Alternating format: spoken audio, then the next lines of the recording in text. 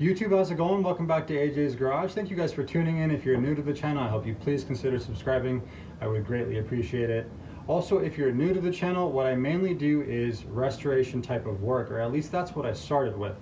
I started the channel with my 1970 F250, and some of these old trucks you find in pretty decent shape, and then some you find in really bad shape, and that was my 70 F250. It's actually a camper special. It was missing all the auxiliary tank components when I had it, so we got all that replaced. So now it's got brand new auxiliary tank, the protective shield, all the brackets, the filler neck is all there. It was missing the complete set of the lower molding, got that set up on it. Spare tire carriers on there. Found some original West Coast mirrors, which are now on the truck. We've done some metal work to it, a little bit of paint work. So she's come a long way, and I do plan on doing a full restoration, taking everything completely off and then starting back up with the frame. But with this 1974 F350, it's more going to be of a style of a shop truck, I guess you could say. It's kind of mismatched colors, which I've kind of gotten used to and like. I still need to put a flatbed on it, but she's pretty close to being back on the road. So today's video is going to be on installing a Autometer temperature gauge in this truck. I actually have used the Autometer gauges before, and I really like the look of them, and they work really well, really high quality. So let's get started. Alrighty guys, so getting started with this one, the first thing we need to do is remove the old temperature sending unit, which is right here on the intake manifold behind the distributor. Not the best view of it, I apologize, but we're gonna get this out. I do have this old rag kind of wrapped around the distributor. It's probably going to leak a little bit of coolant, I'm assuming, so let's get this off. And we're just using a socket, which is an 11/16.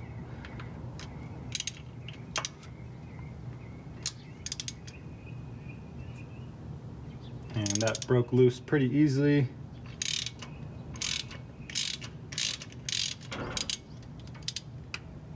So you can already see some coolant coming out. So let's actually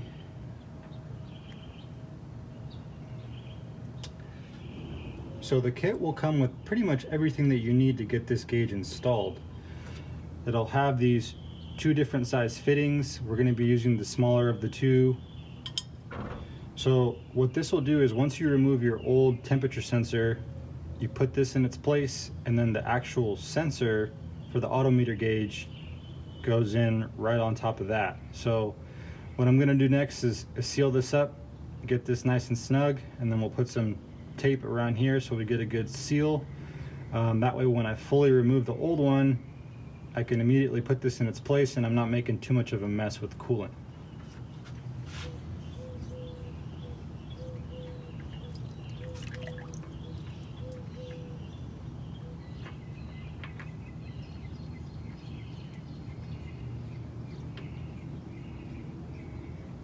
Well, that didn't work out quite like I wanted it to, but thankfully, actually, that didn't make too much of a mess. So now, oh, actually it did. Well, let's get that tightened down.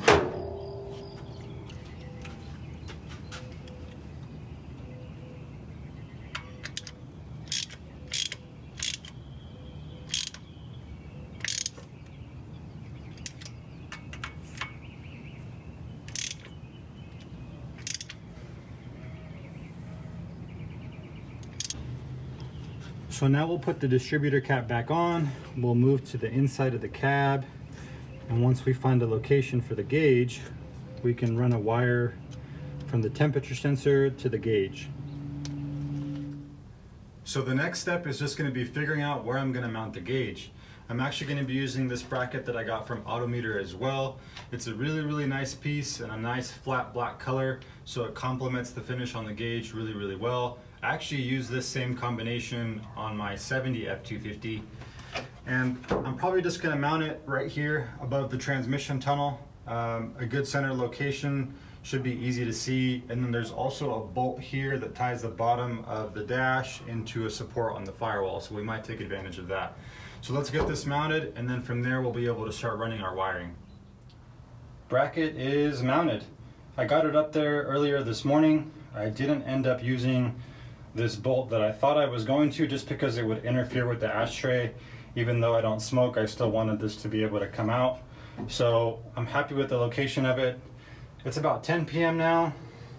Went out and ran some errands.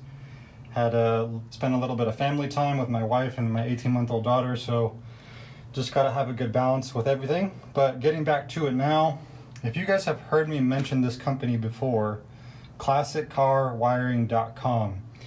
They sell these awesome diagrams for pretty much any old car or truck, and it really is helpful. So the wiring on this, the fuse box, if I can get you guys a view of it here.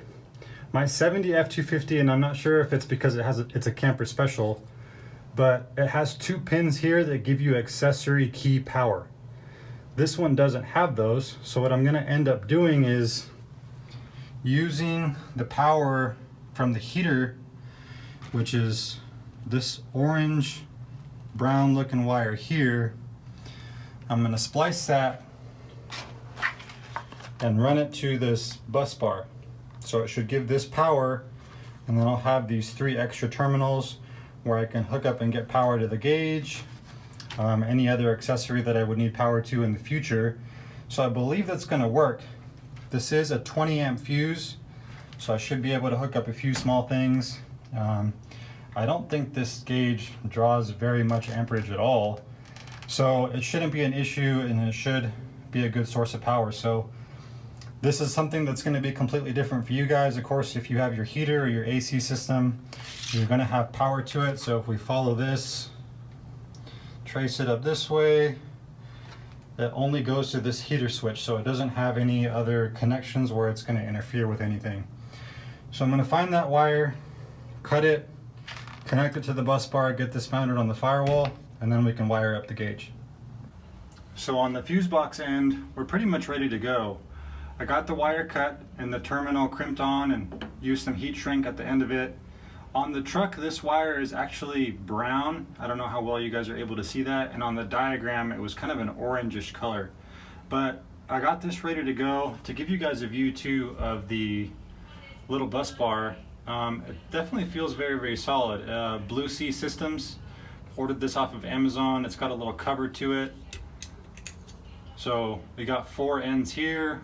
We'll just hook up the power to one of these ends, and then we'll use these 3 for accessory power. So I'll probably let the fuse box kind of like free float for now. I'm missing the hardware. It was always like this, but I'll definitely mount this up kind of in this general area, and then we'll get the gauge wired up before putting it in the bracket, just to make sure that it works. So in the bracket, you just put this end through. This goes on the back here, and then you just use these little fittings to secure it. So we're gonna run some wires. We'll use, top one is ground here.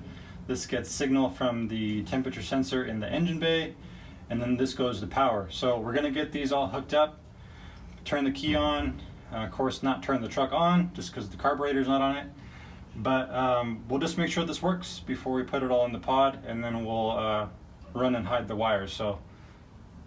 So moment of truth to see if this works. So I got the bus bar all connected to power connected to the gauge. This is the signal wire from the temperature sensor, and then I have the ground just temporarily here on the cab floor. So we just need to get the ground on, and then we're going to give the key a turn, and I believe we should see the needle kind of jump a little bit. And I always forget that on the Dentsides, the key is on the right side of the column. And there it is. So we successfully have power from the fuse box to the bus bar, which will give us some accessory power tabs that we can use for the gauge. We still need to wire the lights to this, and then anything else that I install in the future. So I do plan on doing an aftermarket AC system, so I'm not sure how that wires up, that will probably be able to use this as well. So now I can find a permanent home for those two. We'll get this put back in the bracket and we'll wire up all the lights and we're good to go. So the gauge is ready to be mounted and I pretty much got all the wiring done. It's all ran and tucked away, and I'm going to use some zip ties to kind of keep it in place. But the last wire I have to do actually comes from this white wire, which is a light signal to the bulb for the gauge. It's going to be a little difficult to get to. The light switch on these Dentsides is a lot higher up compared to my 70 F250, where the light switch is near the bottom of the dash. I was able to just pull the wiring down a little bit and get access and find the right wire. So I think I found the right one, again using that diagram that I showed you guys earlier, but it's going to be difficult to get to without completely pulling the dash bezel off and then even the gauges off, just so I have a clear view and good access to it. So then I can splice in that wire and get a light signal to the gauge. But for now, everything else works. With key on, we should get signal, and then of course when we start the truck, we'll make sure that it reads the correct temperature, which I have no doubt it will. So now I just need to kind of tuck away these wires in the back, and then we'll get to the light source power. Dash bezel and gauges are out of the way, so it should give us a real clear view of the wiring. And I believe I found the wire we need to send a light signal so we can light up the temperature gauge. And it's going to be this brown one here. So it actually goes up to the parking lights and then the marker lights on the fender, and also to the rear of the truck for the taillights. But if we follow it up from the front, back, it comes up here and then it ties into the light switch. So we should be able to find it kind of in this general area here. If I can give you guys a view, I believe it's that one right there.